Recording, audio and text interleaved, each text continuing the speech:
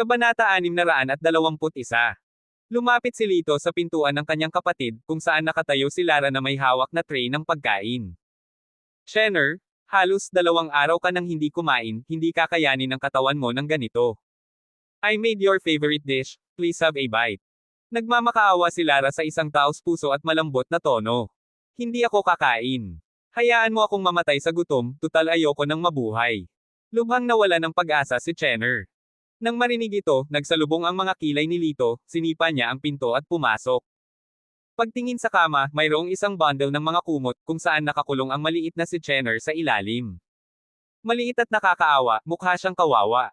Agad na napawi ang galit ni Lito, huminga siya ng malalim. Umupo siya sa gilid ng kama, tinatapik ang kumot. Chenner, hindi ka na dapat magsalita ng mga kalokohang salita sa hinaharap. Kung wala ka, ano pa ang silbi ng kapatid mo na nabubuhay? Natahimik sandali si Chenner.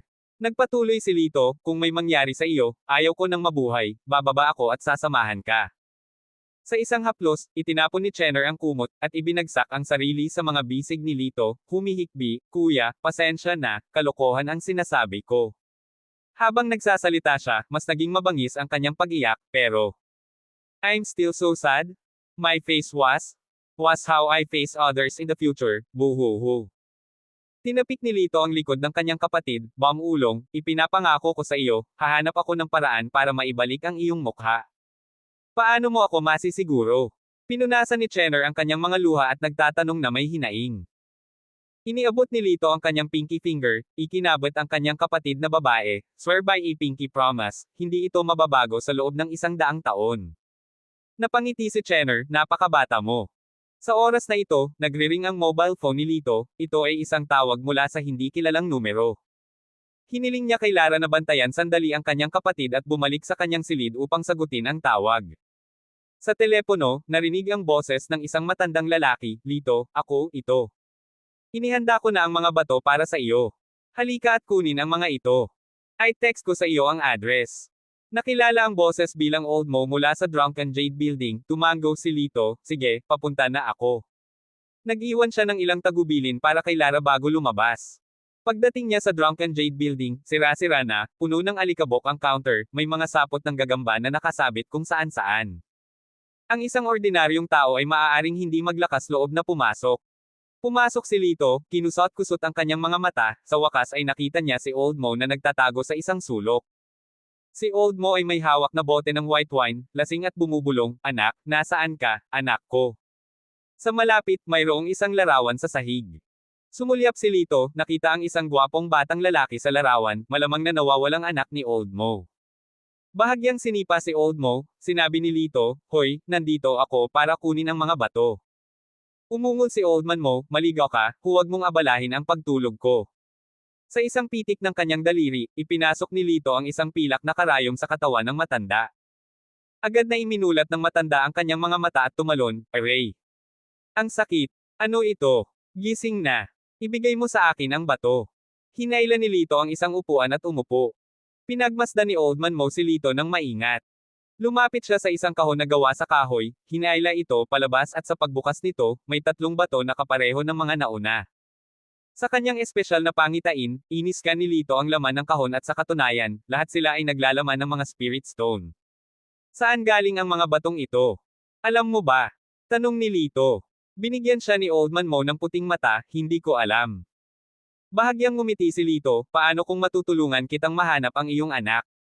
Nagulat si Old Man Mo, nanginginig ng husto, at niyakap ng mahigpit si Lito, nagsasabi ka ba ng totoo? Tumango si Lito, maaari kong subukan. Sinabi ng matandang Mo, kung mahahanap mo ang aking anak, buhay man o patay, sasabihin ko sa iyo kung saan ang lokasyon ng pagmimina. Okay, it's a deal. First, tell me the basic information about your son. Inalis ni Lito ang mga bato. Bagamat may pag-aalinlangan si Old Man Mo sa mga kakayahan ni Lito, tila wala na siyang ibang pagpipilian kaya't napabuntong hininga siya at sinabing, Edsel Mo ang pangalan ng anak ko.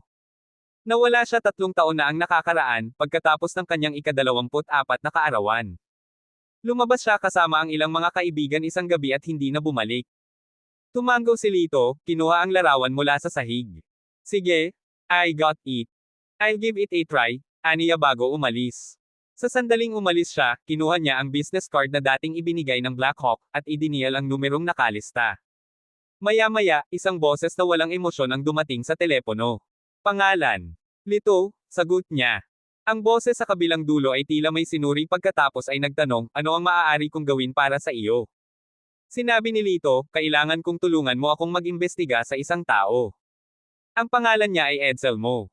Nawala siya 3 taon na ang nakakaraan, at kailangan ko ang lahat ng impormasyon sa kanyang interpersonal na relasyon. Sumagot ang boses mula sa telepono, okay, iwan mo sa akin ang iyong email address. Ipapadala ko ang impormasyon sa iyo sa loob ng 10 minuto. Iniwan niya ang kanyang email address, at makalipas ang 10 minuto, dumating ang data gaya ng ipinangako. Habang sinusuri ni Lito ang data, may napansin siyang partikular ang kasintahan ni Edsel, o sa totoo lang, dating kasintahan. Ang kanyang pangalan ay Matetlo. Isa siyang heiress na nag-aral sa ibang bansa, at ilang sandali lang matapos makipag-date sa kanya si Edsel, nawala siya. Kawili-wili, nakangiting bulong ni Lito, isinulat ang mga detalye ng babae. Sinabi sa kanya ng kanyang intuition na kung gusto niyang hanapin si Edsel, ang babaeng ito ay isang mahalagang palatandaan. Nagkataon, ang babaeng ito ay nasa parehong unibersidad, na may major sa parehong larangan, bilang Yang Si Jiang magkaklase sila. Kailangan ko bang humingi ng tulong kay Yang Si? Medyo walang magawa si Lito. Sa sandaling ito, si Yang Si ay wala sa trabaho ngunit nasa bahay, ang kanyang mesa ay puno ng mga walang laman na bote ng red wine. Nalasing na siya hanggang sa bumagsak. Lito, ikaw pala, ikaw ang tao sa likod ng maskara. Ang kanyang mga mata ay namumula, ang kanyang magandang mukha ay namumula at namamaga, ang kanyang puso ay puno ng hindi maipaliwanag na panghihinayang.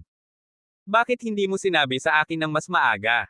Kung alam ko, hindi sana ako naging cold sa'yo. Paulit-ulit mong niligtas ang buhay ko, pero ganito pa rin ang pakikitungo ko sa iyo, wala talaga akong puso. Napasulyap siya sa cellphone niya, all these days, wala ka man lang pinadalhan sa akin, ayaw mo ba talaga sa akin? Kung may isa pang pagkakataon, siguradong mas malumanay ako sa iyo, ikaw. Ikaw ang aking bayani. Habang nagsasalita siya, umiinom siya ng isa pang baso ng alak, lalo pang lumakas ang pag-iyak niya. Maya-maya lang ay biglang nag-ring ang phone niya.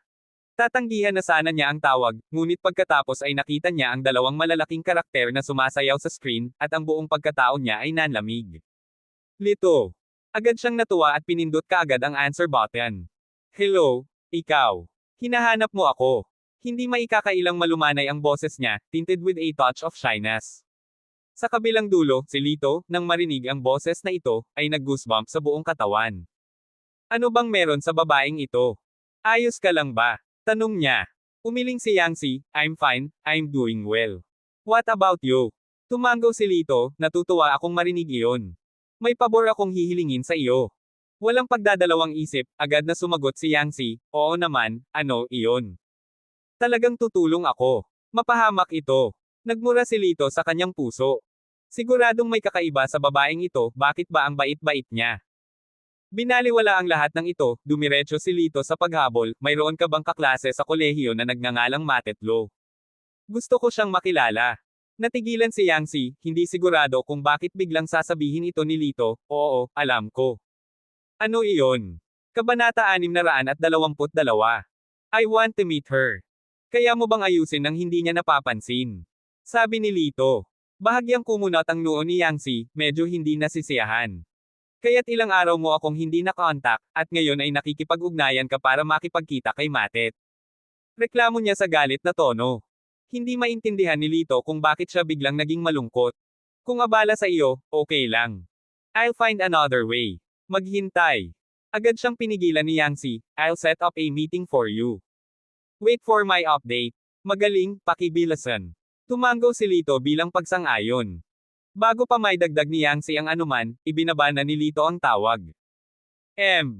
Napaka-ingrate ni hindi ko na kayang makipag-usap ng ilang sandali pa. Bulong niya, isang malamig na ugong ang umaalingaw-ngaw sa hangin.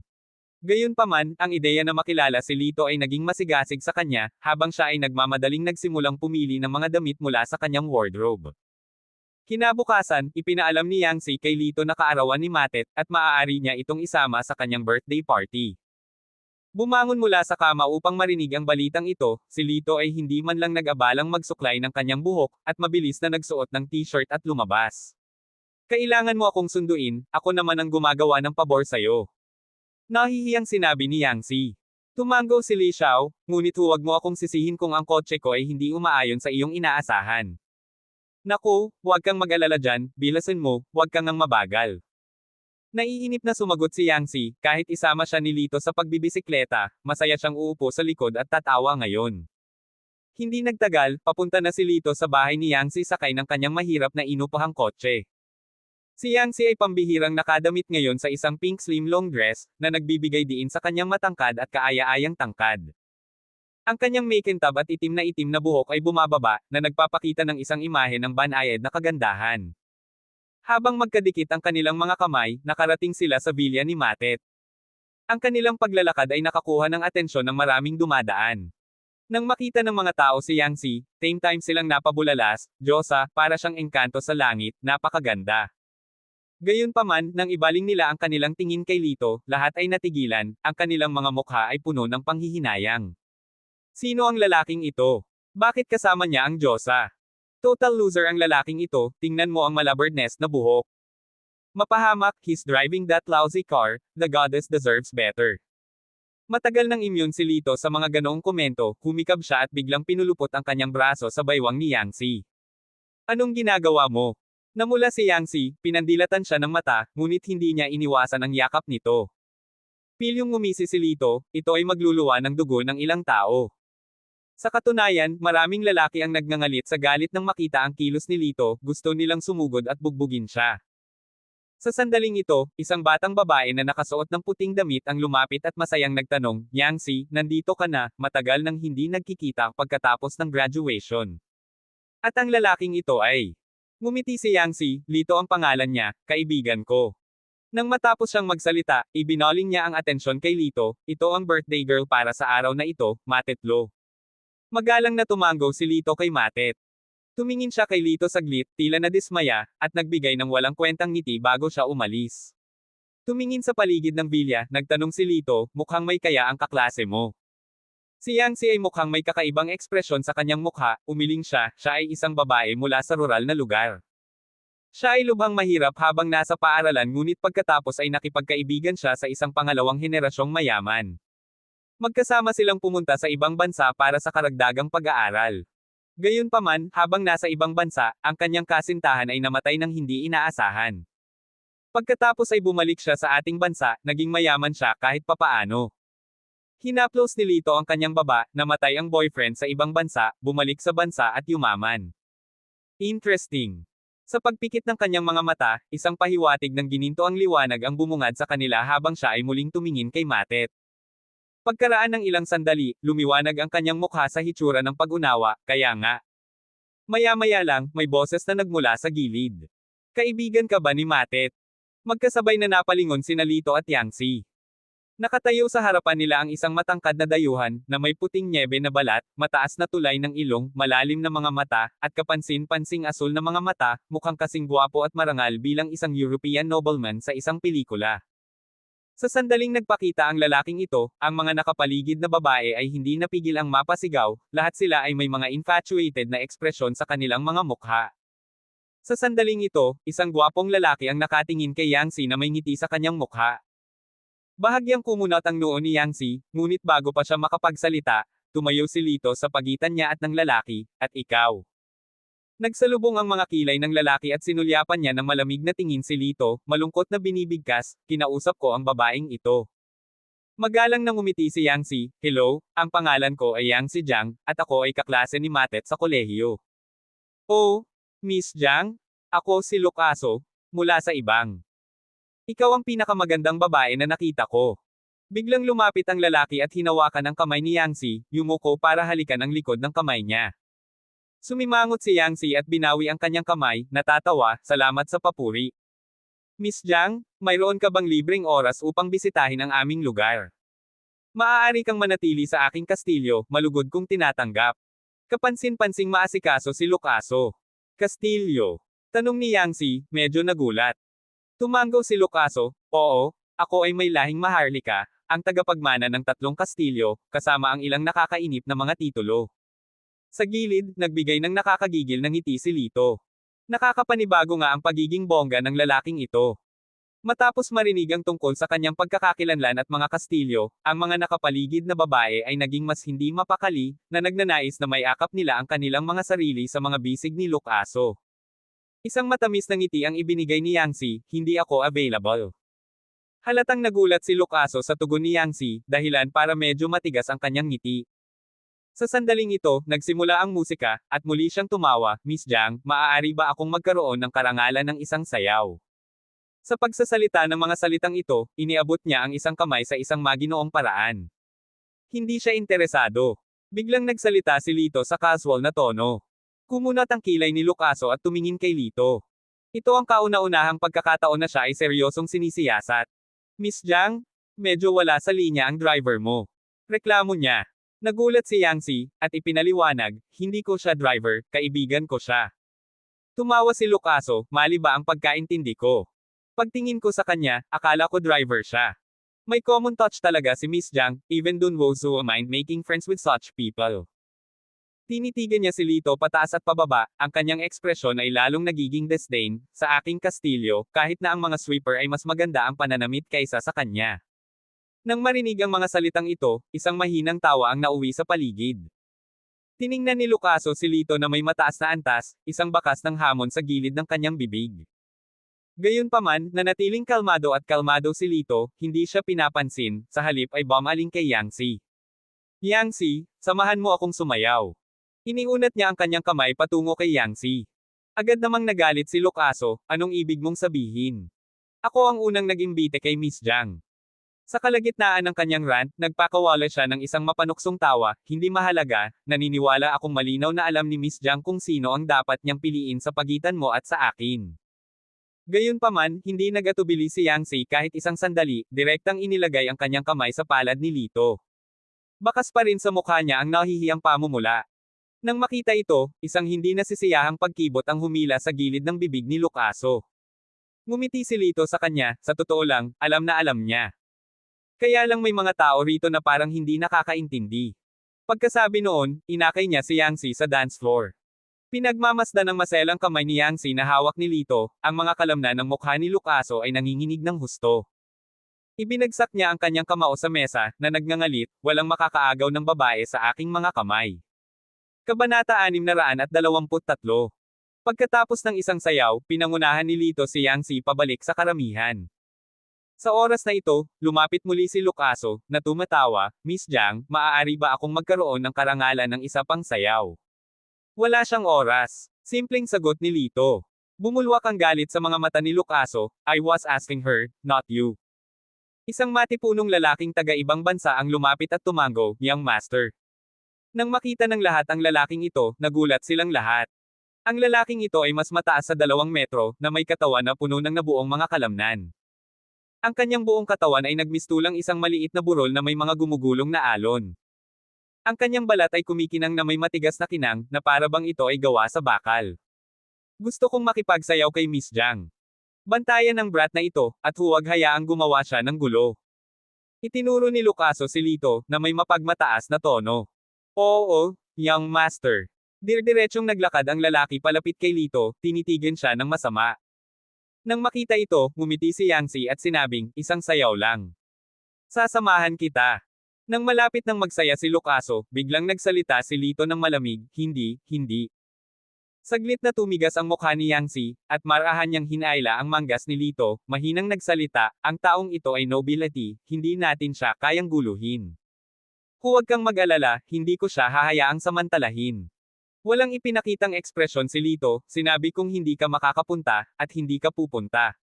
Pagkasabi nito, agad niyang hinawakan ang kamay ni Yangtze. Si Yangtze ay medyo walang magawa, sa loob-loob niya ay minumura siya dahil sa pagiging blockhead, ngunit sa ilang kadahilanan, ang kanyang puso ay nakaramdam ng isang dampi ng tamis. Isang malamig na ngiti ang ibinigay ni Lucaso, ako ay isang maharlika, ikaw, isang karaniwang tao, ay walang karapatang harapin ako. Pagkasabi nito ay nagbigay siya ng senadorya sa lalaki. Tinapik ni Lito si Yangtze, sinenyasan itong tumabi, pagkatapos ay ngumiti siya sa lalaki, itinuro ang sarili niyang mukha, here, give it your all. Ngumisi ang lalaki, sobrang pagpapahalaga ka sa sarili mo. Habang sinasabi niya ito, ibinaba niya ang kanyang napakalaking kamao, diretsyong tinutukan ang mukha ni Lito. Ang kanyang kamao ay hindi bababa sa 4 o 5 beses na mas malaki kaysa sa isang ordinaryong tao, na pumupukaw ng mga bugzo ng hangin na nagpabagabag sa mga gulugad ng mga nanunood. Napabuntong hininga ang crowd na nanunood, tapos na ang batang ito. Sa suntok na iyon, magiging putik ang ulo niya. Si Yangtze, takot na takot, pinigil ang kanyang hininga, tinakpan ang kanyang mga mata at hindi nang ahas na tumingin. Bagamat kitang-kita ang lakas ni Lito, ang nakakatakot na laki ng lalaki ay isang hindi mapag-aalinlanganang katotohanan ng kanilang pagkakaiba sa kapangyarihan. Pinaikit ni Lito ang kanyang mga mata, ang kanyang mga labi ay nakakunot sa isang ngiting-ngiti, at binato siya ng suntok pabalik. Nang makita ito, umiling ang lahat, nabaliw na siya. Sa halip na tumakas para sa kanyang buhay, naglakas loob siyang harapin siya ng direkta. Talagang napagod ang batang ito sa buhay, hindi niya alam ang kalawakan ng langit at lupa. Napaawang ang bibig ng lalaki sa panghahamak.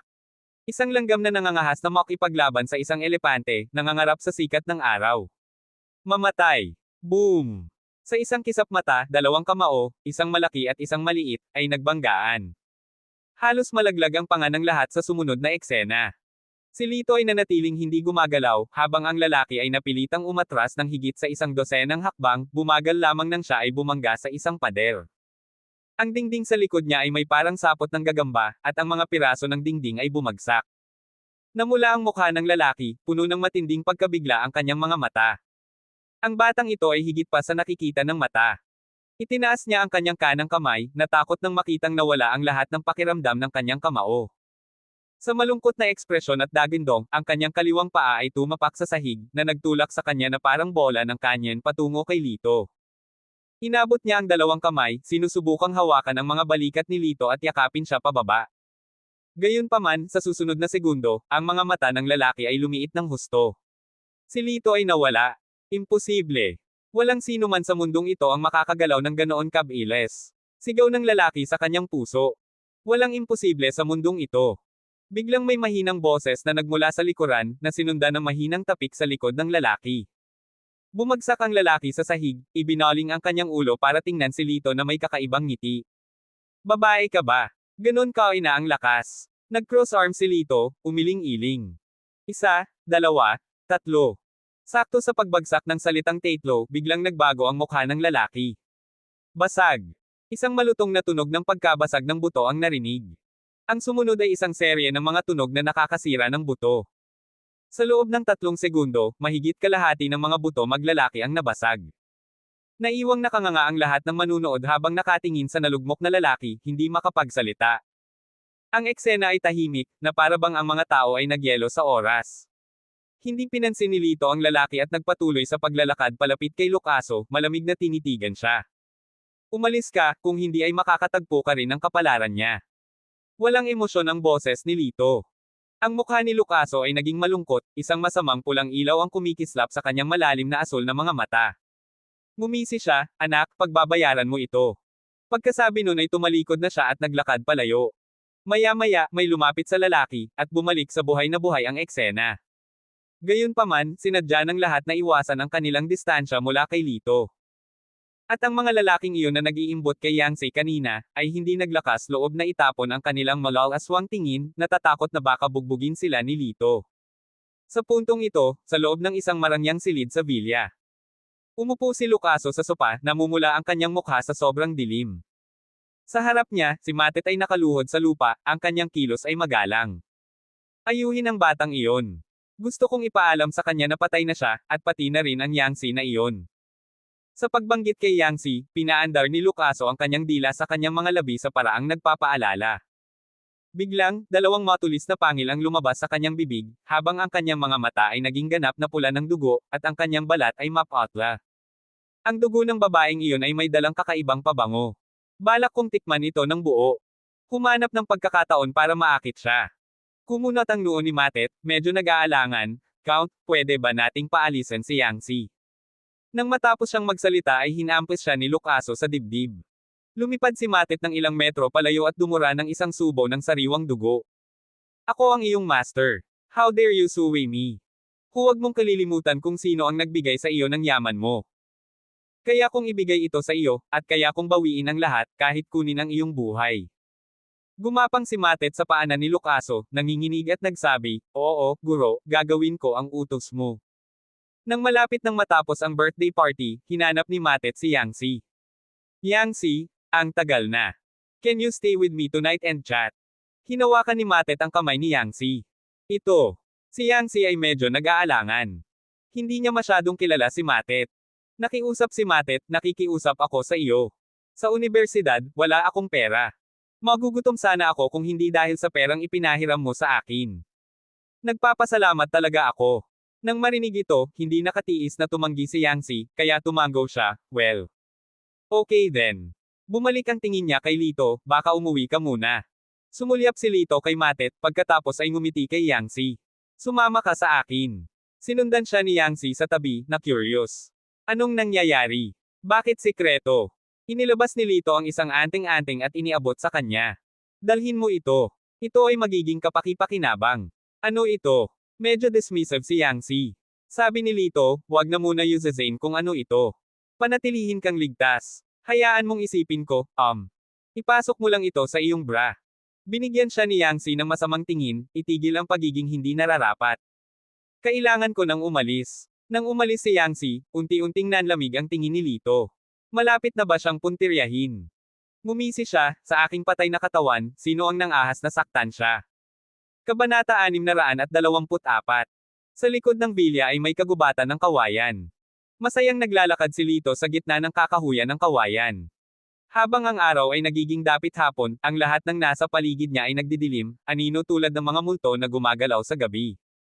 Napahinto si Lito nang may lumitaw na figure sa kanyang harapan.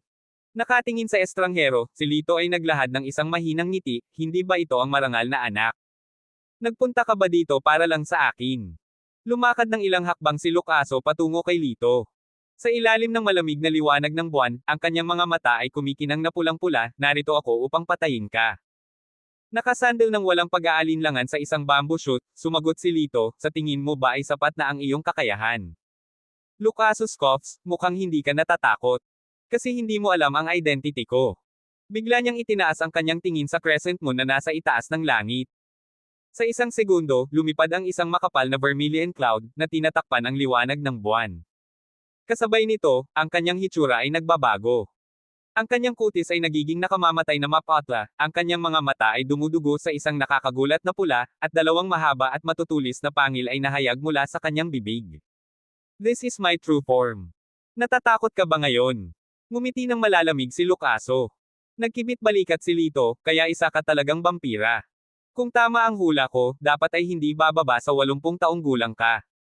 Nagulat na sabi ni Lucaso, "Alam mo ba ang tungkol sa mga vampira?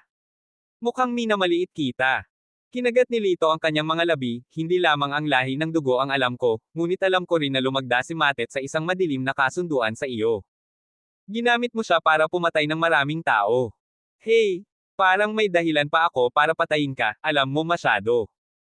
Ang mukha ni Lucaso ay unti-unting nagdilim, ang kanyang mga pulang mata ay naglalabas ng layuning pumatay. Bigla siyang tunayo, inatake si Lito ng hindi kapani-paniwalang bilis. Gayunpaman, sa isang iglap lang, nawala si Lito, na nakatayo sa harapan niya. Inihayag ni Lucaso ang isang gulat na ekspresyon, "Imposible, sa mundong ito, walang tao ang maaaring mas mabilis kaysa sa lahi ng dugo." "Ganun ba, hey hey?" Ang mapanuksong boses ni Lito ay nagmula sa kanyang likuran. At pagkatapos, isang malakas na suntok ang damapo sa likod ni Lucaso. Bang! Marahas na tinapakan si Lucaso sa lupa. "Dare you kill me? If you kill me, you will make enemies of the entire blood race, my people will not let you go." Hindi man lang natakot si Lucaso, sa kabaligtaran, malamig siyang tumawa. Walang sino man sa mundong ito ang makakaligtas sa pagtugis ng buong lahi ng dugo. The blood race. Ano sila sa grand scheme of things? This is our country, it's not your place to run wild. Malumanay na sabi ni Lito, diretsyong bumaba sa lalamunan ni Lucaso. Snap! Sa malutong na tunog ng pagkabali ng buto, nahati sa dalawa ang leeg ni Lucaso. Gayunpaman, ito ay ang kakaibang bahagi, hindi siya namatay, ngunit sa halip ay kinutya si Lito ng may pag-iinis. He chuckled. "Hindi kayang patayin ng mga karaniwang pamamaraan ang mga vampira, hindi mo ba alam iyon?" "Ganun ba? Paano naman ito?" Itinaas ni Lito ang kanyang kamay, isang nakakabighaning pulang apoy ang lumitaw sa kanyang mga daliri. Apoy ng halimaw. Biglang nagbago ang ekspresyon ni Lucaso, na puno ng takot, no. Don't. You will regret this. Ipaghihiganti ako ng mga vampira. Maghihintay ako. Gamit ang isang kumpas ng kanyang kamay, ipinadala ni Lito ang demon fire na lumilipad patungo kay Lucaso, at sa isang iglap, siya ay nilamon ng dagat ng apoy. Sa ilang sandali, walang natira kundi isang tambak na abo sa lupa. Hindi man lang ito nilinggan ni Lito, tumalikod kaagad at naglakad patungo sa villa. Sa oras na ito, nakainom lang si Yang Si ng isang baso ng juice at agad na nakaramdam ng pagkahilo. Anong nangyayari? Nakaramdam siya ng hindi matatag at diretsyong bumagsak sa sopa. Sa oras na ito, lumakad si Matet, medyo nakakatakot ang kanyang ngiti. Yang Si, I'm sorry. I had no choice. Please don't blame me. Ikaw. Anong ibig mong sabihin? Napakunot ng noo si Yang Si at biglang, may naalala siya, tinitingnan ang katad ng juice sa tabi. Sa hindi makapaniwalang sinabi niya, may nilagay ka ba sa juice? Medyo nakonsensya si Matet at umiling, hindi ko sinasadya. Si Lucaso iyon. Kung hindi ko ginawa ito, pinatay na niya ako. Wala kang ideya kung gaano siya kaitekot. Miss Lu, ang dami mong sinabi. Ang mature na boses na nagsalita ay ang matandang mayordomo ni Lucaso na nakatalagang magbantay sa kanya. Si Yang Si ay nataranta. Hindi niya maintindihan ngunit alam niyang delikado ang kanyang sitwasyon at kailangan niyang umalis kaagad. Tumayo siya, pasuray-suray na patungo sa labasan. Ang matandang mayordomo ay biglang hamarang sa kanyang dinadaanan at malamig na sinabi, Miss Jiang, mas mabuti kung babalik ka ng kusa, o kung hindi, huwag mo akong sisihin sa pagiging impolite. Umalis ka! Si Yang Si ay sumigaw sa galit. Biglang namula sa dugo ang mata ng matandang mayordomo, at lumabas ang matatalas na ngipin ng kanyang bibig, Miss Jiang, kung gusto mong mamatay, magpatuloy sa paglalakad. Namutla si Yang Si, ikaw. Ano ka ba? Hey! Baka hindi mo pa kami narinig. Anyway, dahil malapit ka ng mamatay, walang masama kung sasabihin ko sa'yo. Mga vampira kami at ang pagtikim ng dugo ng tao ay isang kasiyahan para sa amin. Ang matandang mayordomo ay nakatingin kay Yang Si, gusto ni Lucaso ang amoy ng iyong dugo. Ngayon, ikaw ang magiging hapunan niya. Nang marinig ito, si Yang Si ay natakot na halos mawala ang kanyang kaluluwa, mga vampira kayo. Akala niya ay gawa-gawa lang ang mga bagay na ito sa mga pelikula, ngunit hindi niya inaasahan na talagang umiiral ang mga ito. Bitawan mo ako, o hindi ka pakakawala ni Lito. Naisip ni Yang Si Lito. Hey! Ang sobrang kumpiyansa mong kaibigan, dapat patay na siya sa kamay ni Count Lucaso. Ngumisi ang matandang mayordomo, direktang hinahawakan si Yang Si. Sa sandaling hinawakan niya si Yang Si, nagbago ang mukha ng matandang mayordomo, at napaatras siya ng ilang hakbang. May naramdaman din si Yang Si sa kanyang bulsa na biglang uminit. Bigla niyang naalala, ito ang anting-anting na ibinigay ni Lito. Inilabas niya ang anting-anting, hinarap ang matandang mayordomo, hindi mo ako mahawakan, o hindi ka pakakawala ni Lito. Ang matandang mayordomo ay nanunuya, hindi siya kalaban kay Count Lucaso. Talaga. Maya-maya lang ay may nang-aasar na boses ang nagmula sa pintuan. Lito. Si Yang Si ay nalulula sa kagalakan, bahagyang namumula ang kanyang luhaang mga mata. Lumingon ang matandang mayordomo, at nang makita si Lito, ang kanyang mukha ay puno ng pagtataka. Paano mo? Si Count Lucaso, siya. Ngumisi si Lito, patay na siya. Imposible. Hindi kayang pumatay ng vampira ang isang normal na tao. Hindi makapaniwalang napasigaw ang matandang mayordomo.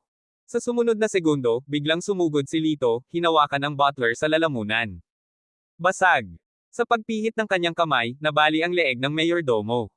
Ang matandang mayordomo ay tumawa ng masama, wala kang isip, sa tingin mo sapat na ito para patayin kaming mga vampira, ako. Bago niya matapos ang kanyang pangungusap, pinutol siya ni Lito ng walang pasensya, nasaan ang lalaking ito. Kinuha niya ang larawan ni Edselmo. Ngumisi ang matandang mayordomo, hindi ko sasabihin sa iyo. Fine, pwede ka nang mamatay. Bahagyang umiling si Lito, at agad na nagliyab ang katawan ng mayordomo, na naging abo. Si Matitlo, di ba? Ex-boyfriend mo si Edselmo, tama. Nawala siya 3 taon na ang nakakaraan. Nasaan siya? Lumingon si Lito kay Matet.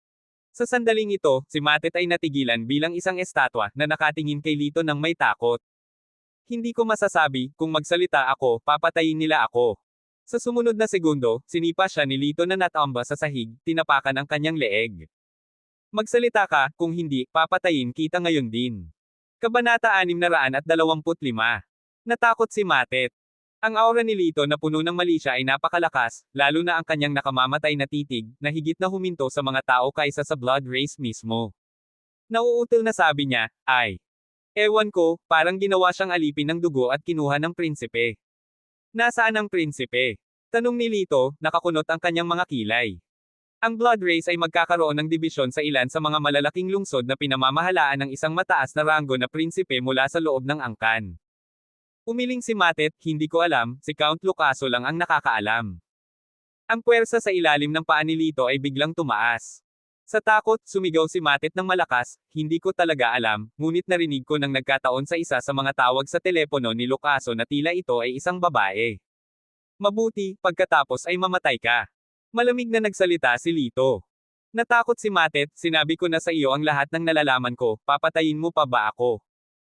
Ngumisi si Lito, tumulong ka sa Blood Clan sa pagpapahirap sa sangkatauhan, dapat ko bang hayaan kang mag-aksaya ng mas maraming hangin sa mundong ito? Pagkasabi nun ay tinadyakan niya agad ang leeg niya. Sa gilid, pinanood ni Yangtze ang eksena. Sa kabila ng takot, hindi niya nakitang malupit si Lito. Nawalan ng katinoan si Matet.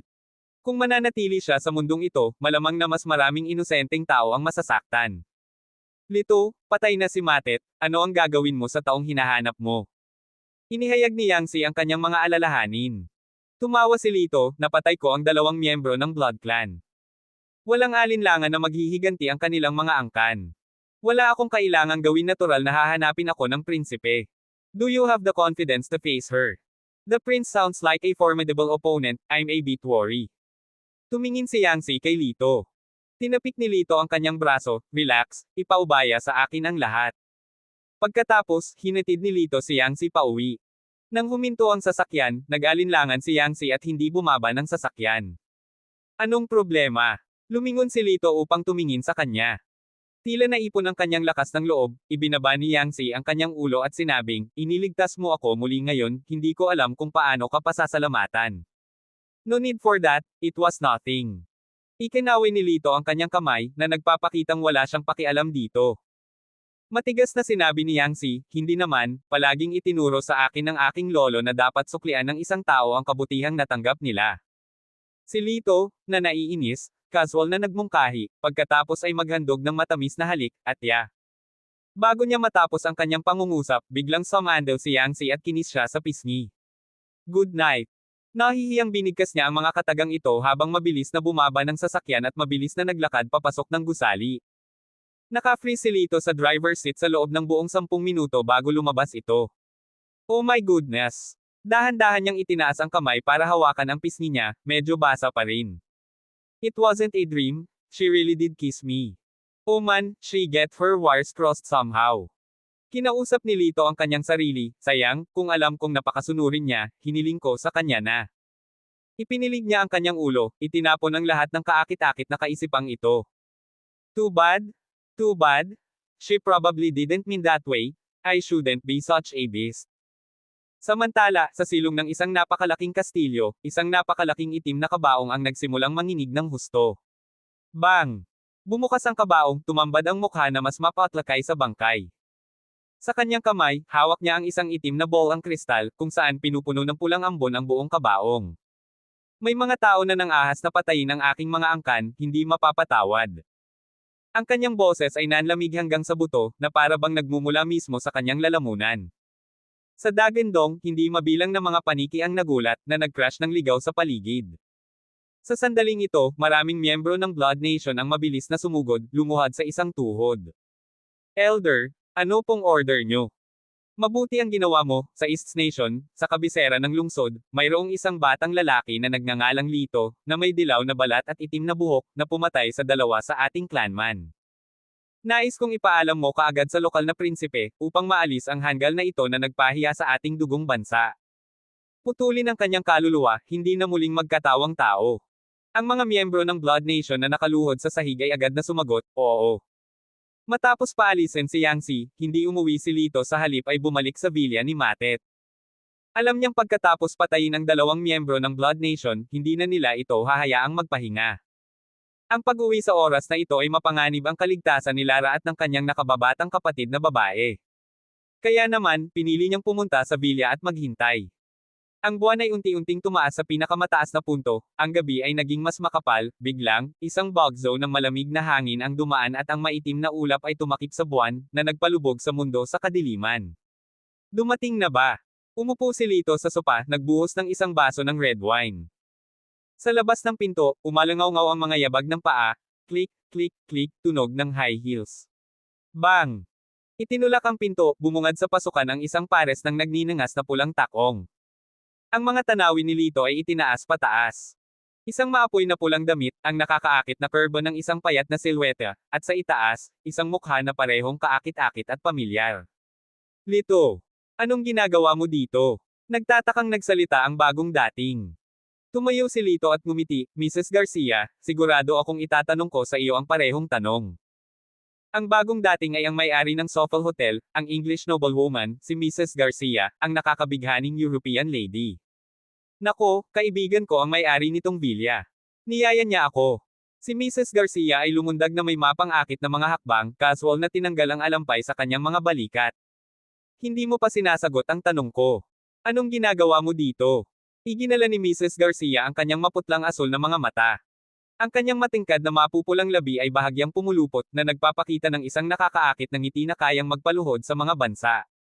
Muling umupo si Lito sa kanyang upuan sa sofa, sinabing, may hinihintay ako. I'm curious. Sinong hinihintay mo?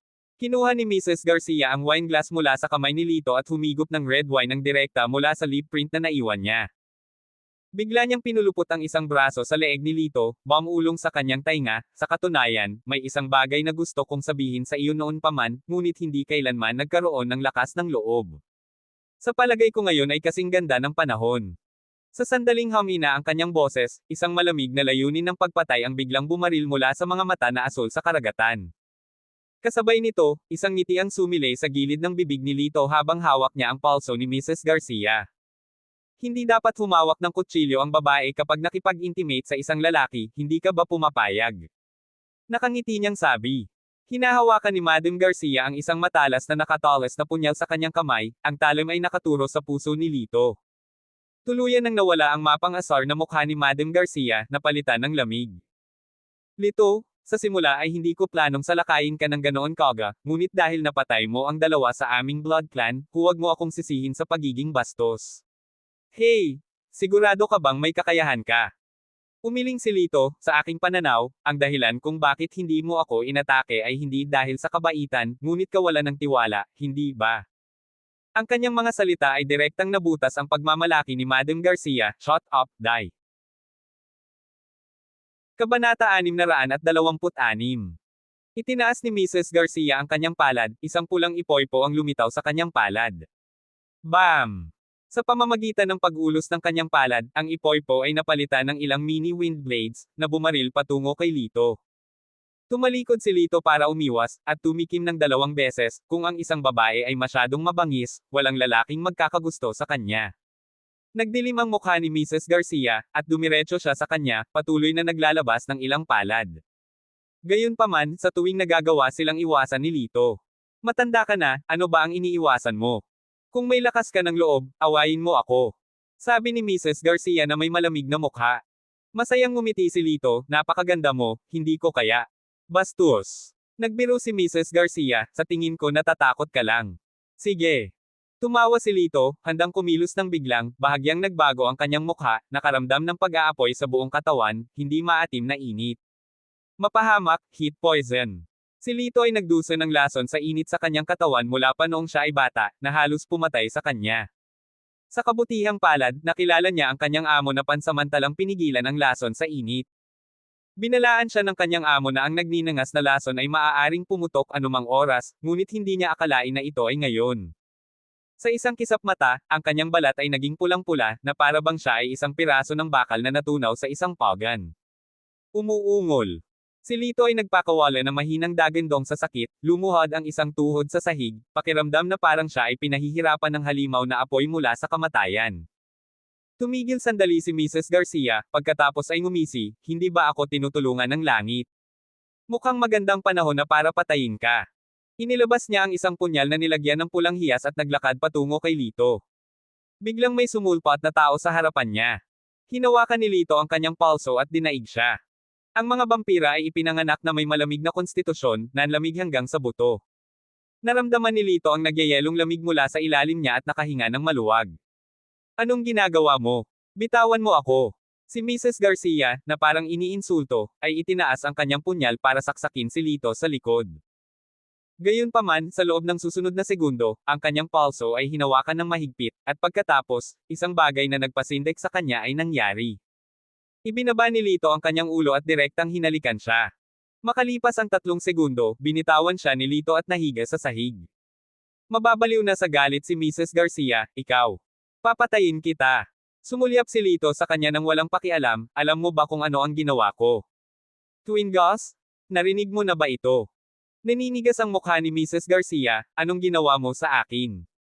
I have cast a goo spell inside your body, if I die, you will instant drop dead as well. Kung masasaktan ako, mararamdaman mo ang parehong sakit. Dahil doon, nagpahayag si Lito ng isang mapanuksong ngiti, 2 tipaklong na tayo ngayon na nakatali sa iisang lubad. Nagsisinungaling ka. Naikuyom ni Mrs. Garcia ang kanyang kamao at hinampas ang dibdib ni Lito. Si Lito, na namimilipit sa nakakalason na lagnat, ay tuluyang nawala ng lakas, bumagsak sa sahig at dumura ng isang subo ng sariwang dugo. Kasabay nito ang pagbabago ng mukha ni Ginang Garcia. Sa sandaling sinampal niya si Lito, nakaramdam din ng kirot ang kanyang dibdib. Totoo pala. Hinawakan niya ang shirt ni Lito, mabilis na ay ando ang goo spell. Umiling si Lito, kung maglakas loob ka, patayin mo ako. Ikaw. Galit na galit si Mrs. Garcia na malapit ng mabaliw, ngunit wala siyang magawa laban sa kanya. Nagkakaroon ako ng nakakalaso na lagnat ngayon, at nasa panganib ako kung hindi ito agad masugpo. Mangyaring tulungan mo ako, walang kahihiyang pakiusap ni Lito.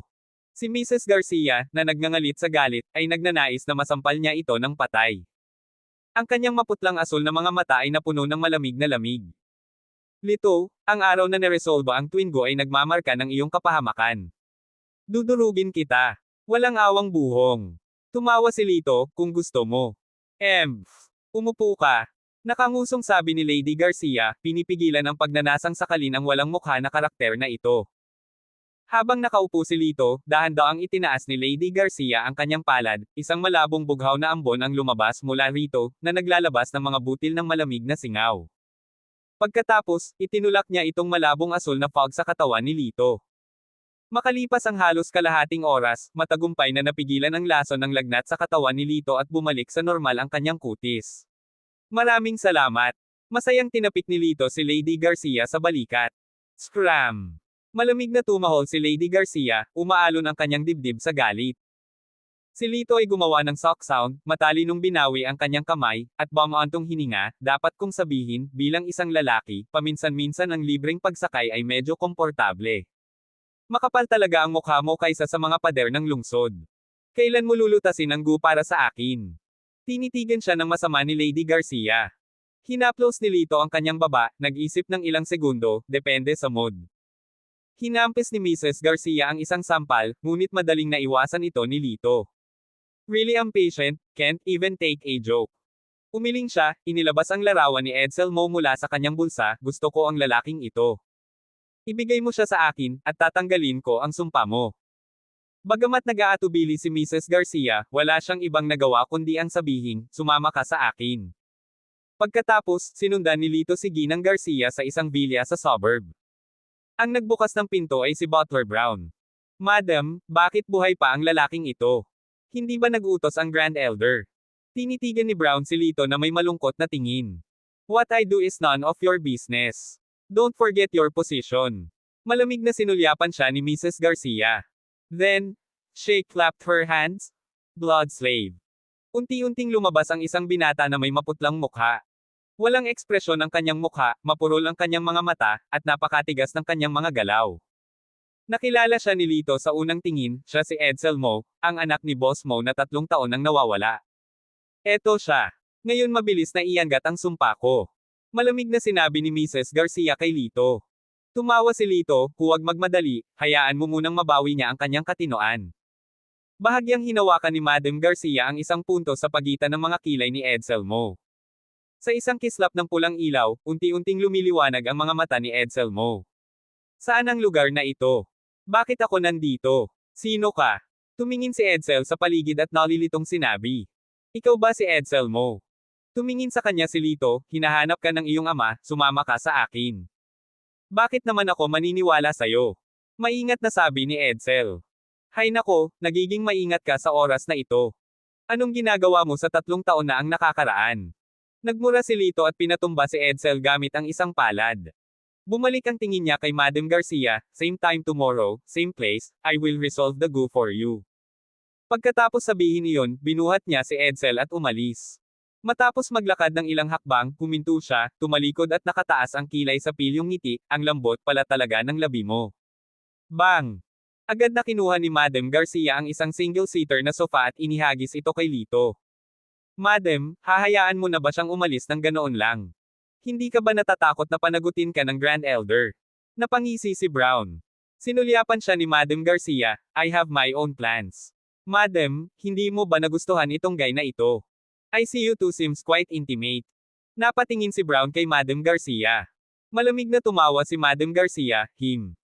A stinky human, you think I will fancy him? That's a huge joke. Tumango si Brown, well, mabuti naman kung ganoon. Tandaan, sa mga vampire nobility, bawal ang pakikipagtalik sa mga tao. Talagang hindi ito kinukonsinti ng Blood Emperor. Kabanata 627. Ibinigay ni Lito si Edsel Mo kay Boss Mo, kung saan si Boss Mo ay lubos na nagpapasalamat. Ngayon, maaari mo bang sabihin sa akin kung saan ang mina ng mga batong ito? Tanong ni Lito. Paulit-ulit na tumango si Boss Mo, oo, matatagpuan sila sa isang kabundukan. Hayaan akong maghanap sa iyo ng mapa. Matapos maghalungkat ng ilang sandali, sa wakas ay gumawa si Boss Mo ng isang gusot na mapa, na itinuro ang isang lokasyon na nakabilog sa pula. Matatagpuan dito ang mga bato. Marami sa mga ito sa kabundukan, ngunit maaaring maging mahirap ang mga landas. Kakailanganin mo ng lokal na gagabay sa iyo. Tuwang-tuwa si Lito. Tinupi niya ang mapa at tumango, naiintindihan ko.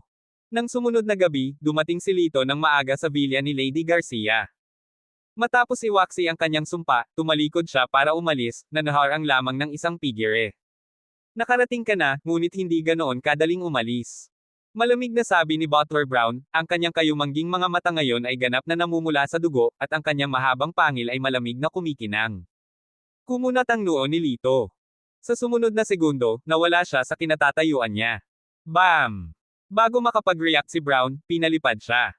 Tinapakan ni Lito ang ulo ni Brown gamit ang isang paa. Sa tingin mo mapipigilan mo ako? Dahil dyan, malakas niyang tinapakan ang ulo ni Brown. Pagkatapos, ibinoling niya ang kanyang tingin kay Lady Garcia, malamig ng inisyon, bumalik ka sa iyong bansa, o papatayin kita. Bahagyang ngumiti si Lady Garcia at naglakad. Naikuyom ni Lito ang kanyang kamao, iniisip na malapit na siyang umatake. Gayunpaman, kakaiba ang sumunod na eksena. Lumitaw ang mga bitek sa mukha ni Lady Garcia, na para bang nadudurog ang balat ng tao. Unti-unting nawala ang orihinal na mukha ng nasa katanghaliang gulang na babae, napalitan ng mukha ng isang batang babae. Light violet eye, mataas na ilong, malambot na cherry lips, puting balat, at mahabang pilak na buhok. Napakaganda ng mukha nito na kaya nitong ibagsak ang lahat ng nilalang, na parang isang pinong marangal na oil painting. Huminto ang paghinga ni Lito, kaya ito ang tunay mong mukha. Isang malamig na ngiti ang ibinigay ng dalaga, remember my name, Elena. Mas mabuting huwag ka nang pumunta sa aming bansa sa buhay mo, hindi ka pakakawala ng mga vampira. Sinamahan ng ulap ng ambon ng dugo, nawala ang batang si Elena. Umiling si Lito, tumakbo siya ng mabilis, tila kahit ang mga vampira ay natatakot sa kamatayan. Kinabukasan, walang magawa si Lito, kaya nanatili siya sa bahay para magsanay at nagplano ng kanyang paglalakbay sa kabundukan. Noon lang, biglang tumawag si Chenner. Mga 1 oras na ang nakalipas, naiinip si Chenner sa bahay, kaya sinamahan siya ni Lara na mamili. Nang makita ni Lito ang numero ng telepono ng kanyang kapatid, agad niyang kinuha ito. Kuya, uhuhuho. Sa simula, si Chenner ay nagsimulang umiyak ng mali. Agad na humigpit ang boses ni Lito, anong nangyari? May nangaapi ba sa iyo? Nasaan ka? Sabihin mo sa akin. Umiyak si Chenner at sinabing, hindi ko sinasadya. Gusto ko lang pumili ng relo para sa kapatid ko. Sa sandaling ito, isang mabangis na boses ang nagmula sa telepono, nasira mo ang relo na ito, magbayad ka agad, 500,000. I'm sorry. I didn't bring that much money with me. Can you wait a moment? I'll call my brother over, mahinang tugon ni Chenner. Magbayad ka ngayon o papatayin kita. Then came a bang, parang nahulog yung phone. Umungol si Lito, huwag mong lagyan ng daliri ang kapatid ko. Kasunod nito, kinuha ang telepono, isang boses ng lalaki ang nagmula, hey, huwag mong hawakan. Pinilit kong hawakan. Mabilis na naging malamig ang boses ni Lito, kung magdusa siya ng kaunting pagkakamali, gagawin kong mas masahol pa ang buhay mo kaysa kamatayan. Ang lalaki pagkatapos ay ngumisi, mabuti, pagkatapos ay halika, naghihintay ako sa Chingxi Watch Store sa Wengxi Road, papatayin kita. Click. Direktang ibinaba ni Lito ang tawag, lumabas. Sa loob ng isang high-end na tindahan ng relo. Nang namimili si Chenner, nagkataon na nakita niya ang tindahan ng relo at naisipan niyang bumili ng relo para sa kanyang kapatid. Nakatuon ang paningin niya sa isa, ngunit sa di sinasadya ay nasa bunutan siya ng katabi niya. Nahulog ang relo mula sa kamay niya at nabasag sa sahig, nabasag ang salamin. Batang babae, 50,000, ibigay mo ito dali. Medyo agresibo ang shop assistant. Sa oras na ito, ang babaeng nasa katanghaliang gulang na hindi sinasadyang nakabangga kay Chenner ay palihim na tumalikod. Nagmamakaawa si Chenner na may masamang tingin, pasensya na. Talagang wala akong pera. Paano kung maghintay ako dito, at bumalik ang kapatid kong si Lara para kunin ang pera? Hindi yan katanggap-tanggap. Walang makakaalis sa inyo. Sa puntong ito, lumitaw ang ilang matipunong lalaki na nakasuot ng itim na vest. Pumwesto si Lara sa harap ni Chenner at nagprotesta, nagiging makatwiran ba kayo? Sino ang nagdadala ng ganoon kalaking pera? Hindi mo man lang kami papayagan na kunin ito. The maskuladong lalaki let out a lewd chuckle, kung wala ka talagang pera, you can compensate in other ways. Sa sinabi nito, ang kanyang nakakalasing na tingin ay tumama sa figure ni Lara. Si Lara ay nakasuot ng floral na damit na nagpatingkad sa kanyang kaaya-ayang anyo, na nakakakuha ng maalay na atensyon mula sa mga lalaking ito. Humph! I can see it now. Sinadya niyong mag-away. Si Lara ay agad na nakipag-away. Nako, gustong lumaban ng dilag, maliit na nagninangas, gusto ko iyon. Tawa ng tawa ang mga maingay na lalaki habang sila ay nagkukumpulan sa kanya, nagsimulang kumilos. Bugbugin mo. Biglang humampis si Lara, nagpalipad ng isang matipunong lalaki sa isang suntok. Ang lahat ay natigilan, hindi inaasahan na ang gayong Maisla na kagandahan ay nagtataglay ng mga kasanayan sa martial arts. She dares to hit someone in our territory, call the men. Ang matipunong lalaki ay umuungal sa galit at agad na lumabas ang mahigit 20 matipunong lalaki, pinalibutan si Lara. Malungkot ang ekspresyon ni Lara. Hindi niya inaasahan na ganito karaming tao.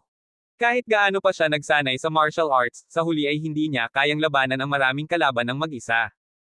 Miss, kung natatakot ka, sumuko ka na lang, magsaya ka sa amin. Kapag naging masaya na kami, baka bitawan ka na namin. Pang-aasar ng matipunong lalaki na may masamang intensyon. Sa iyong panaginip, direkta silang sinisingil ni Lara. Halos 20 minuto ang laban ng magkabilang panig.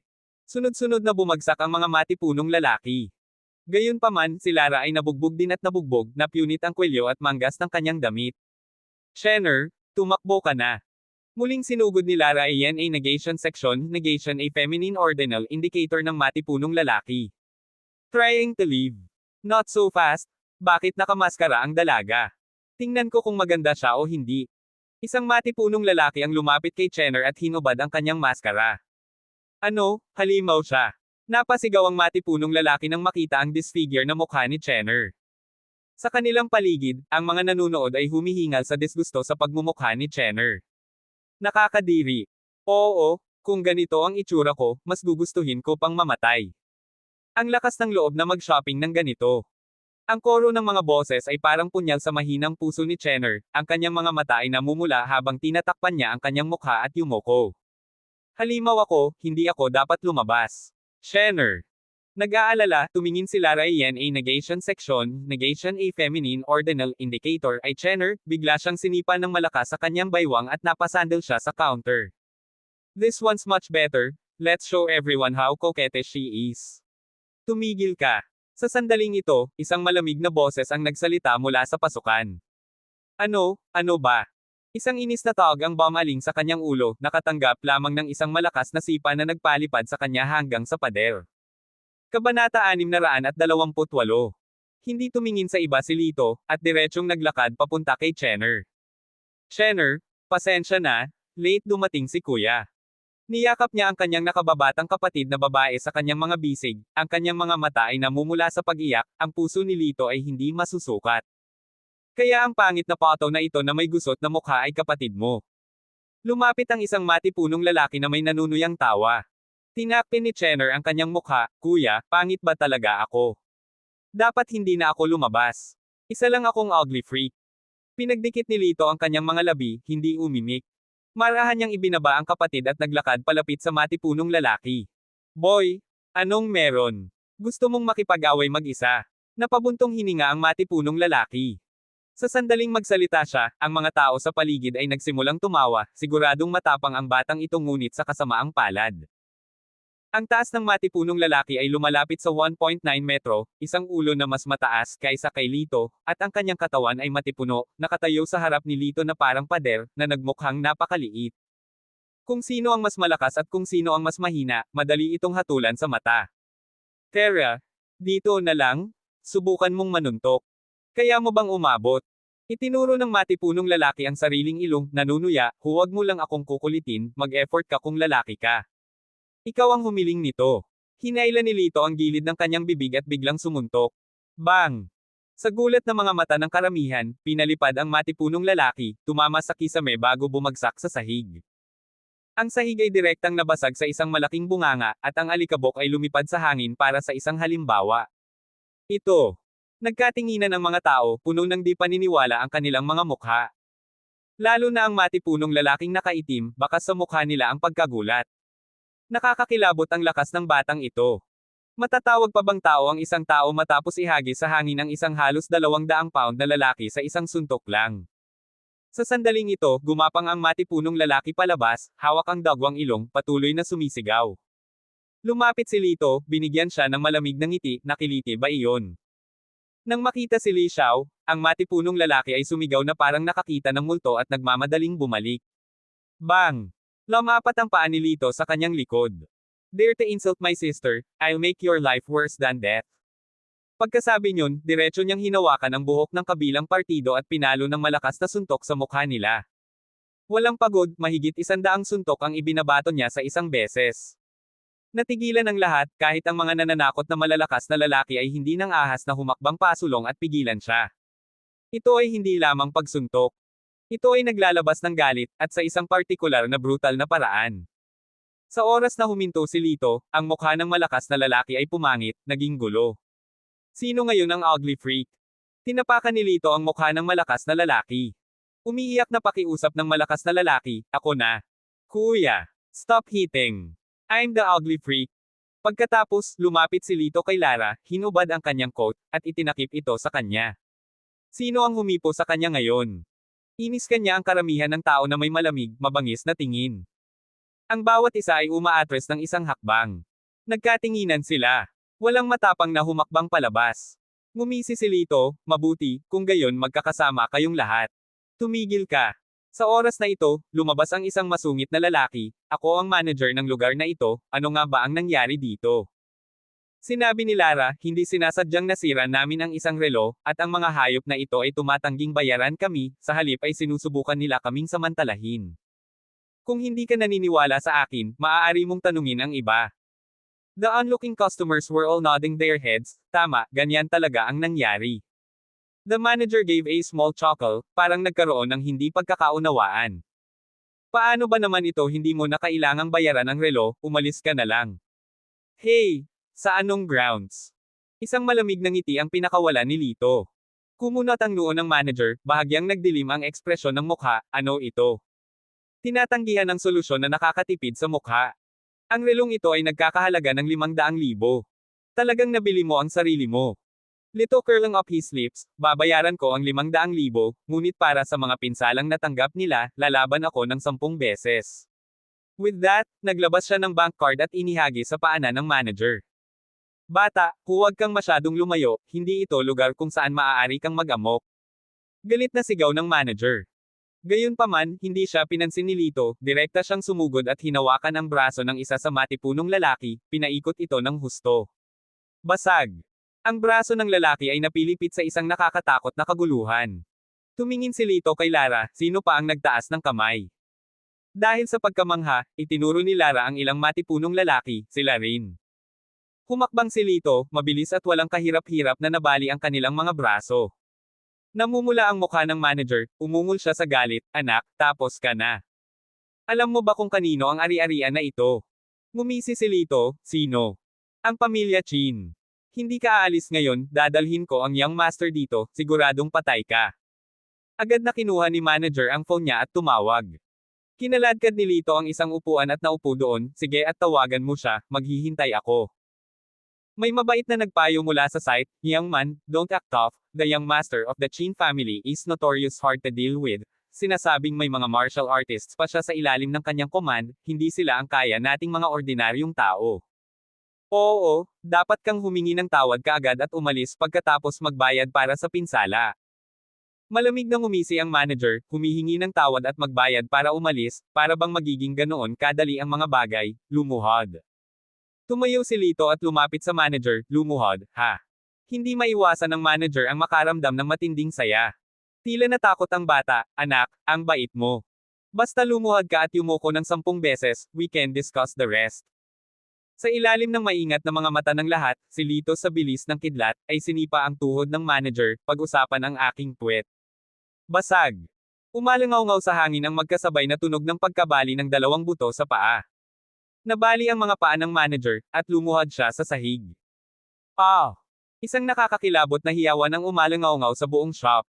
Walang pagbabago sa ekspresyon ng mukha, tumalikod si Lito at umupo sa upuan, isang malamig na ngiti ang sumilay sa kanyang mga labi. Siya ay nabaliw. Ang batang ito ay tunay na nabaliw. Hindi niya pinapansin ang kilalang-kilalang malahalimaw na figure, si Bin Fan Chin. Si Bin Fan, na kilalang-kilala bilang isang malupit na pangalawang henerasyong mayaman na bata, ay napabalitang may dugo pa sa kanyang mga kamay. Tinuro ng mga tao si Lito at nagdaldalan. Maya-maya, pumasok mula sa labas ang isang grupo ng mga lalaki na may nakakatakot na aura. Nanguna sa grupo si Bin Fan mismo. Sinong maglalakas loob na tumakbo sa teritoryo ng pamilya Chin? Pipalayan ko siya. Pumasok si Bin Fan, umuungal ng malakas. Sa likuran niya ay sumunod ang ilang martial artist na may disenteng paglilinang, malinaw na nakahanda para sa isang labanan. Nabaling ang tingin ng lahat kay Lito. Habang nakatingin si Bin Fan, agad siyang nagalit, ikaw na naman, papatayin kita ngayon. Tumangging umatras si Lito, sumisigaw ng malakas, bakit? Kayo ang mali sa una, walang ginawang mali ang kapatid ko. Hey! Ang sinasabi ko ay napupunta dito, ang ugali ni Bin Fan ay labis na mayabang. Wala akong pakialam kung sino ang tama o mali, papatayin ko siya ngayon. Sa isang sulyap kay Chenner, ipinakita ni Bin Fan ang pagkasuklam sa kanyang mukha, ang mukha mo ay naiinis sa akin, umalis ka. Sa sumunod na segundo, nawala si Lito, na nakaupo sa upuan. Naramdaman lamang ni Bin Fan ang isang kislap ng isang figure sa harap ng kanyang mga mata, pagkatapos ay nakatanggap siya kaagad ng isang malakas na sampal. Sampal. Hindi ka pani-paniwalang malakas ang tunog ng sampal. Sinaktan mo ba ako? Kumaibot ang sulok ng bibig ni Bin Fan, halos lumuwa ang kanyang mga eyeballs. Walang pakialam na tumango si Lito, at sinabing, talaga, sinaktan kita. Any issue? Kabanata 629. Ang mga kalamnan sa mukha ni Bin Fan ay pumikit ng baliw habang siya ay malapit ng magmura ng malakas. Sampal. Muli siyang sinampal ni Lito, na naglagay ng puwersa sa likod nito sa pagkakataong ito.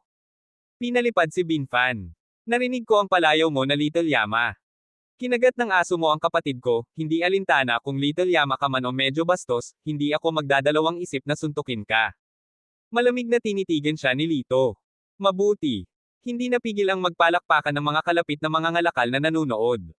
Ginagamit ni Bin Fan ang kapangyarihan ng pamilya Chin para i-bully sila sa loob ng maraming taon, at sila ay nagdurusa sa katahimikan, natatakot na lumaban. Ngayon, sa wakas ay naibsan ng 2 sampal ni Lito ang kanilang nakakulong na galit. Tumahimik ang lahat. Matiim na tinitigan ni Bin Fan ang mga tao. Agad na tumahimik ang lahat, pagkatapos ng lahat, ang pamilya Chin ay may malaking kapangyarihan. Hindi sila nang ahas na guluhin sila. Sa sandaling ito, isang nasa katanghaliang gulang na lalaki ang lumapit kay Lito. Isa siya sa mga alipors na dinala ni Bin Fan. Tumawa si Lito. Ang lalaki ay isang master sa martial arts world at walang kapantay kay Lito. Bata, mag-ingat ka. Ang nasa katanghaliang gulang na lalaki ay umungal, at sumuntok sa kanyang daan. Nagpakawala ng suntok si Lito nang walang anumang pag-aalinlangan. Maya-maya lang ay umihip ang napakalamig na hangin mula sa kanyang leeg. Nakakunot ang noo, bumulong si Lito, ano, tinambangan ako. Mag-ingat ka Kuya Lito. Si Lara, ang tanging nakakakita sa nangyayari, ay sumigaw sa alarma. Gayunpaman, si Lito ay hindi nagpakita ng intensyon na umiwas, at isang malakas na suntok ang direktang dumapo sa kanyang leeg. Bam! Sa isang iglap, lumipad ang figurang nagtangkang tambangin siya mula sa likuran. Kasabay nito, ang kamao ni Lito ay sumama sa kamao ng nasa katanghaliang gulang na lalaki. Ang lalaki ay sumuray-suray na umatras ng isang dosenang hakbang at humampas sa dingding, umubo ng isang subo ng sariwang dugo. Ikaw. Anong rank mo? Yuan Master ka ba? Hindi. Hindi, dapat mas mataas ka. Napasigaw sa takot ang nasa katanghaliang gulang na lalaki. Hindi siya pinansin, lumingon si Lito upang harapin ang binata na sinubukang palihim na atakehin siya. Sa pagkakataong iyon ay nabali na ang braso ng binata at namilipit ang mukha sa sakit. Isang pananambang, ha? Malamig na tumawa si Lito, inabot ang braso ng lalaki, at pilit na hinayla. Crack! Naputol ang buong kanang braso niya. Inihagis ni Lito ang kanyang braso sa harap ni Binfan, nanunuya, ito ba ang lakas ng iyong pamilya Chin? Napalitan ng galit ang mukha ni Binfan, ngunit hindi siya nang ahas na kumilos. Malupit niyang sinabi, siguro narinig mo na ang tungkol sa batang Grandmaster na lumitaw kamakailan sa kabisera, hindi ba? Siya ay malapit ng maging tagapagtanggol ng aming pamilyang Chin. Sa tingin mo ba ay makakapantay mo ang isang Grandmaster? Nang marinig ang salitang Grandmaster, isang boss na ingay ang agad na tumayo sa gitna ng mga tao. Naku, isang batang Grandmaster, iyon ay isang minsan sa isang siglong talento. Kung susuportahan sila ng isang batang Grandmaster, ang pamilya Chin ay tiyak na lulendag sa tuktok sa mga angkan ng lungsod. Tama, mas mabuting huwag na nating guluhin sila. Marami sa mga humangalang kay Lito ay umatras na ngayon. Ang pangalan ng isang Grandmaster, nakakamangha sa buong mundo. Pabayaan na ang isang matalinong batang Grandmaster, ang cream of the crop. Gayunpaman, nang marinig ang lahat ng ito, ang mukha ni Lito ay hindi nagpakita ng anumang emosyon, kahit na medyo naaliw. Kung alam ni Binfan na siya ang tinatawag na batang Grandmaster, masasakal ba siya sa sarili niyang galit? Nang makita ang katahimikan ni Lito, ang mukha ni Binfan ay puno ng kasiyahan. As if naman, natakot siya. Gaano ka man kalakas, isa kang langgam sa harap ng batang Grandmaster. Kung nasaktan mo ang pamilya namin ng Chin, sinasaktan mo ang Grandmaster na iyon. Natatakot ka na ba ngayon? Si Binfan ay nagsuot ng mukha ng pagmamalaki. Sa sumunod na segundo, hinisya ni Lito, hinawakan ang braso ni Binfan at marahas na pinahihit ito. Basag. Nalaglag ang kanang braso ni Binfan, tumalsik ang dugo sa lahat ng dako. Takot, wala sa diksyonaryo ko. Malamig na sabi ni Lito, pagkatapos ay umalis kasama ang kanyang kapatid na babae at si Lara. Si Binfan ay nagpakawala ng isang kahabag-habag na sigaw, umuungal, Lito. Isinusumpa kong papatayin ka. At ang iyong kapatid na babae. Buong pamilya mo. Ipapadala ko kayong lahat sa libingan. Hindi niya namalayan, habang binibigkas niya ang mga salitang iyon, ang buong pamilya ng Chin ay nakatadhana sa pagkawasak. Pagdating sa bahay, ginamo muna ni Lito ang mga sugat ni Lara, pagkatapos ay inaliw ang kanyang kapatid na babae bago nagretiro sa kanyang silid. Kinuha niya ang kanyang mobile, tinawagan si Gary, sabihin kay Lucas Chin, pumapayag akong maging tagapagtanggol ng pamilya Chin, ngunit mayroon akong maliit na kahilingan, gusto ko ng 75% na pagmamay-ari ng mga bahagi ng kanilang pangunahing kumpanya. Master Lito, bagamat ang pamilya Chin ay may disenteng katayuan, sila ay isang pangalawang antas na pamilya lamang sa kabisera. Marami pang kilalang pamilya na nagpaabot ng kanilang mga panukala sa iyo nitong ilang araw. Gusto mo bang isaalang-alang ang mga ito? Inihandog ni Garrison ang kanyang tame time na payo. Sumagot si Lito, hindi na kailangan, sabihin mo lang ang aking mga salita, at tandaan, huwag mong ipaalam ang aking pangalan sa mag-amang Chin. Natarante si Gary ngunit hindi naglakas loob na magtanong. Tumango siya, rest assured, I will definitely handle it. Magaling, President Son, kung masipag mong hahawakan ito para sa akin, hindi ka magkukulang.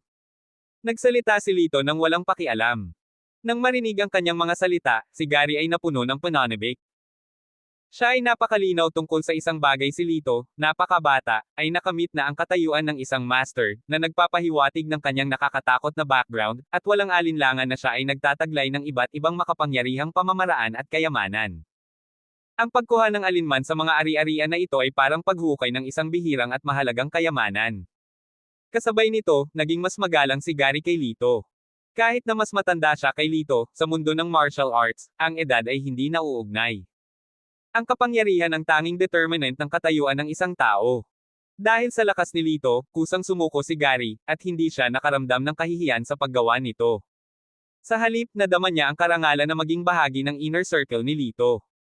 Sa sandaling iyon, sa bahay ng pamilya Chin. Si Binfan, na nawalan ng braso, ay nakahiga sa kama, ang kanyang balikat ay nakabenda ng husto. Si Lucas ay nakatayo sa tabi ng kama, tinitingnan ang kanyang anak, na patuloy na umiiyak, ang kanyang mukha ay nakamamatay na mapotla. Nakaramdam siya ng sama ng loob at galit.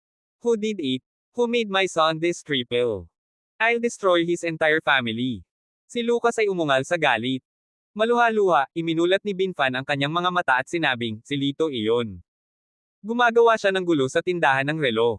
Pinuntahan ko siya para pigilan, ngunit binugbog niya ako ng ganito, tatay, kailangan mo akong ipaghiganti.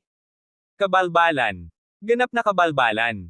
Magpapadala ako ng taong papatay sa kanya ngayon din. Napuno ng kabaliwan ang mukha ni Lucas dahil sa galit. Ang kanyang galit ay umabot sa isang ganap na rurok. Master, hindi. Sa sandaling ito, mabilis na pumasok ang isang elder na naka-purple robe, mahigpit siyang pinigilan. Mr. Low, bakit hindi? Pinandilatan ni Lucas ang bagong dating.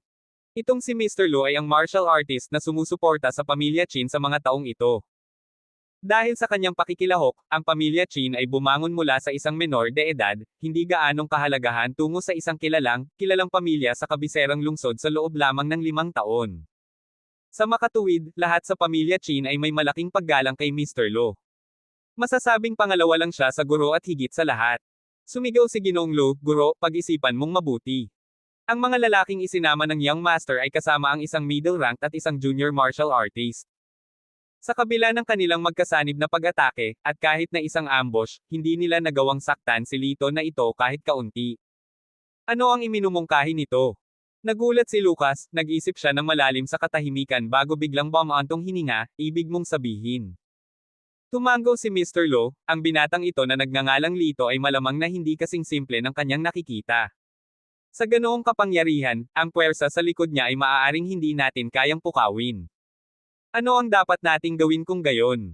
Hindi natin hahayaang mawala ng braso ang aking anak ng walang kabuluhan. Ang sama ng loob na ito ay dapat ipaghiganti. Hinampis ni Lucas ang mesa sa dalamhati at galit. Pagkatapos magnilay-nilay ng ilang sandali, iminungkahi ni Ginoong Lo, sa puntong ito, ang pinakamahusay nating mapagpipilian ay ang batang Grandmaster. Napabuntong hininga, sinabi ni Lucas, lumipas ang mga araw, at wala man lang kahit isang pahiwatig ng tugon mula sa batang Grandmaster na iyon. Hindi kaya minamaliit niya ang ating pamilya Chin. Nang matapos niya ang kanyang pangungusap, biglang tumunog ang mobile phone ni Lucas. Nang makita ang papasok na tawag ay nagliwanag ang kanyang mga mata, at agad niyang sinagot. President Garrison, sabi mo. Talaga. Pumayag siya. Grabe, may pag-asa para sa pamilya Chin. Tuwang-tuwang iwinagayway ni Lucas ang kanyang braso. Gayunpaman, ang mga sumunod na salita ni Gary ay nag-alinlangan sa kanya, ano? Gusto niya ng 75% ng shares ng kumpanya. Hindi ba't ang kanyang gana ay medyo malaki? Sa kabilang dulo, nginisyo ni Gary, kung sa tingin mo ay masyadong mahal ito, pagkatapos ay kalimutan mo na. Ang mga pamilyang naghihintay na magkaroon ng relasyon sa Grandmaster ay maaaring pumila mula sa unang ring hanggang sa ika-5 ring. Kabanata 630. Ito. Saglit na nag-alinlangan si Lucas, pagkatapos ay ninatngat ang kanyang mga ngipin at sinabing, sige, 75% na. Mangyaring ipaalam kay Master Argel para sa akin, Chairman Son. Ang aming pamilyang Chin ay handang ibigay ang 75% ng mga bahagi para sa kanya upang sumulong. Tumango si Gary, ipapaalam ko sa kanya.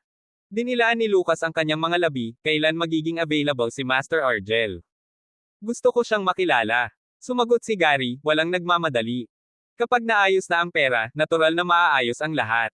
Binaba ni Lucas ang telepono. Sumimangot si Mr. Lo at sinabing, gusto talaga ng Young Master ng 75% ng shares, iyon ang napakalaking demand. Kapag nagawa na ito, ang pamilya Chin ay halos mahuhulog sa kanyang mga kamay. Wala akong pakialam, kailangan ko munang ipaghiganti ang anak ko. Nabaluktot sa galit ang mukha ni Lucas, ang lalaking iyon ay tinawag na Lito, dudurugin ko siya. He scoffed. What's this bit of family business in compared? Kapag nakipag-alyansa tayo sa Young Master, sinong pamilya sa kabisera ang hindi na kailangang gawin ang sinasabi natin?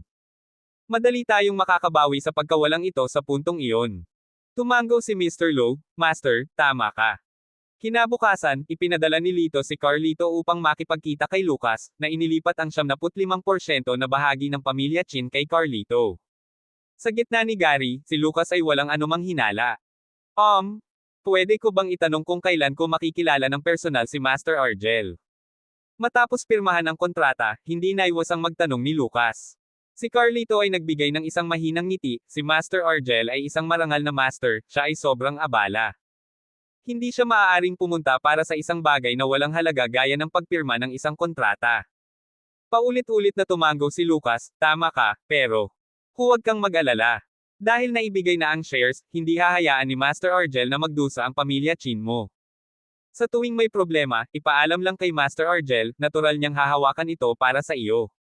Si Carlito ay naglagay ng mataas at makapangyarihang hitsura. Nang marinig ito, tuwang-tuwa si Lucas, paano kung gusto kong hilingin sa kanya na paalisan ang isang tao? Nagtaas ng kilay si Carlito, sino? Isang binata na nagngangalang Lito, na medyo sanay. Pinutol niya ang braso ng anak kong si Binfan, isa siyang brutal at mabangis na kontrabida. Sa pagsasalita tungkol kay Lito, ipinakita ni Lucas ang isang mabangis na mukha, mapagmahal si Master Argel, hinihiling ko sa iyo na itaguyod ang hustisya para sa aming pamilya Chin. Nang marinig ito, naningkit ang mata ni Carlito, tumawa siya, huwag kang mag-alala, magdedesisyon ang Master. Sabihan mo lang ako kung kailan ako gagawa ng aksyon. Salamat kay Master Argel. Kung mapapatay niya si Lito at ang kanyang buong pamilya, ako, si Lucas Chin, ay lubos na nagpapasalamat. Patuloy siyang pinasalamatan ni Lucas. Si Carlito ay nagbigay ng malamig na ngiti, pagkatapos ay tumalikod at umalis. Bumaba siya ng hagdan, sumakay sa isang kotse kung saan nakaupo ang isang lalaki sa backseat, si Lito iyon. Guro, tulad ng nahulaan mo, ang matandang Chin ay nagmamadaling makipag-ugnayan sa iyo, talagang gusto niyang patayin ka. Walang pakialam na sagot ni Lito, para patayin ako, ha? Tumango si Carlito, maaaring ito ay isang kawili-wiling palabas na panoorin, ano ang susunod nating gagawin? Tumawa si Lito. Sa paghihintay na may pait na hininga, ang pamilya Chin ay tiyak na susubukang painan ako sa isang bitag. Inaasahan kong makita kung anong mga kalokohan ang kanilang gagawin. Ang pamilya Chin ay nasa mataas na espiritu. Si Binfan, na nakahawak sa kanyang putol na braso, ay nagpakawala ng malamig na tawa. Kasama natin ang Young Grandmaster, si Lito ay tiyak na mapapahamak. Humagalpak si Lucas sa pagtawa, gumawa ng isang mahusay na pagwawalis na kilos. Makinig kayo, makinig kayo. Ipaalam sa buong Jing City, ang Young Grandmaster ay naninirahan na ngayon sa Chin family. Ang balitang ito ay parang landmine, na agad na yumanig sa buong mataas na lipunan ng Jing City. Sinisikap ng bawat pamilya na makipag-alyansa sa batang Grandmaster na ito, dahil ang kanyang kanlungan ay nangangahulugang isang posisyon ng kawalan ng kakayahan. Ang pamilyang Su. Ang ulo ng pamilyang Su, si Berting Su, ay nagsuot ng seryosong ekspresyon. Sino ang mag-aakala na pinili ng Young Grandmaster na makiayon sa Chin family? Mukhang mabilis na bumangon ang Chin family. Dapat tayong kumilos ng mabilis. Blake, bilasan mo na may maghanda ng marangyang regalo na ipapadala sa pamilya Chin. Umupo sa tabi niya, tumango si Blake Su bilang pagsang-ayon. Nakausap ko na ang isang tao tungkol sa pag-aayos. Ang kanyang nakababatang kapatid na babae, si Teresa Su, ay bumaantong hininga. Kailangan bang magpanik ng sobra?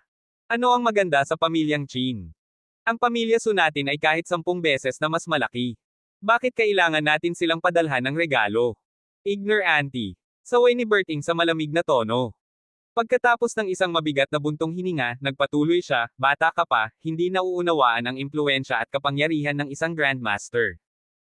Sa kabuuan ng ating bansa, mayroon lamang 5 Grandmaster sa kabuuan na nagpahayag ng kanilang sarili, at sa kanila, isang Grandmaster na 20 taong gulang lamang ang lumitaw noong nakaraang siglo. Tumingin si Berting sa bintana, lumalalim ang kanyang malungkot na ekspresyon. Kapag ang isang Grandmaster ay nagalit, maaari niyang pukawin ang kaguluhan sa ilalim ng langit. Ngayon kasama ang Young Grandmaster na ito, ay nasa malaking kaguluhan. Sa kanyang mga salita, ang mukha ng magkapatid na sina Blake at Teresa ay naging malungkot. Malapit na ba talagang mapatalsik? Sa sandaling ito, isang mabigat na kapaligiran ang bumabalot sa sambahayan ng Chu, isa sa apat na dakilang pamilya sa kabisera. Ang pinuno ng pamilyang Chu, si Alan Chu, ay bumantong hininga, ang ating pamilyang Chu at ang pamilyang Qin ay palaging hindi nagkakasundo sa isa't isa. Sa pagkakataong ito, kasama ang Young Grandmaster na pumanig sa pamilya Qin, tayong pamilyang Chu ay nasa linya para sa isang malaking sakuna. Tatay, ano ang dapat nating gawin? Tawagan ba natin si ate? Lumapit ang isang magandang batang babae na mga 15 o 16, puno ng pag-aalala ang kanyang mukha. Siya ang pangalawang batang may bahay ng pamilya Chu, si Jade. Kinaway-kaway ni Alan ang kanyang kamay, kasalukuyang nag-aaral si Rina sa Kunlun, ngayon ito ay isang mahalagang panahon. Hindi natin siya dapat istorbohin. Okay kung ganoon. Nagpout si Jade at tumango. Sa oras na ito, ang iba pang mga pamilya sa kabisera, tulad ng mga pamilyang Su at Chu, ay nakararanas ng magkahalong saya at kalungkutan. Samantala, ang pamilya Qin ay mag-ho-host ng isang piging at nagpadala ng mga imbitasyon sa lahat ng mga pamilya. Walang alinlangan, ginagamit ng pamilya Qin ang pagkakataong ito para ipakita ang kanilang kapangyarihan. Ito ang naglagay sa mga pamilyang iyon na minsan ay hindi nagkakasundo sa pamilyang Qin sa isang dilema. Kung pupunta sila, tiyak na magdurusa sila sa pamilya Qin. Kung hindi sila pupunta, ito ay pampublikong pagdedeklara ng away laban sa pamilya Qin. Sa likod ng pamilyang Qin, mayroong suporta ng Young Grandmaster na hindi mahipo. Kinabukasan, bago magsimula ang piging, nakatanggap si Lito ng tawag sa telepono. Lito, samahan mo ba ako sa isang handaan kapag may oras ka?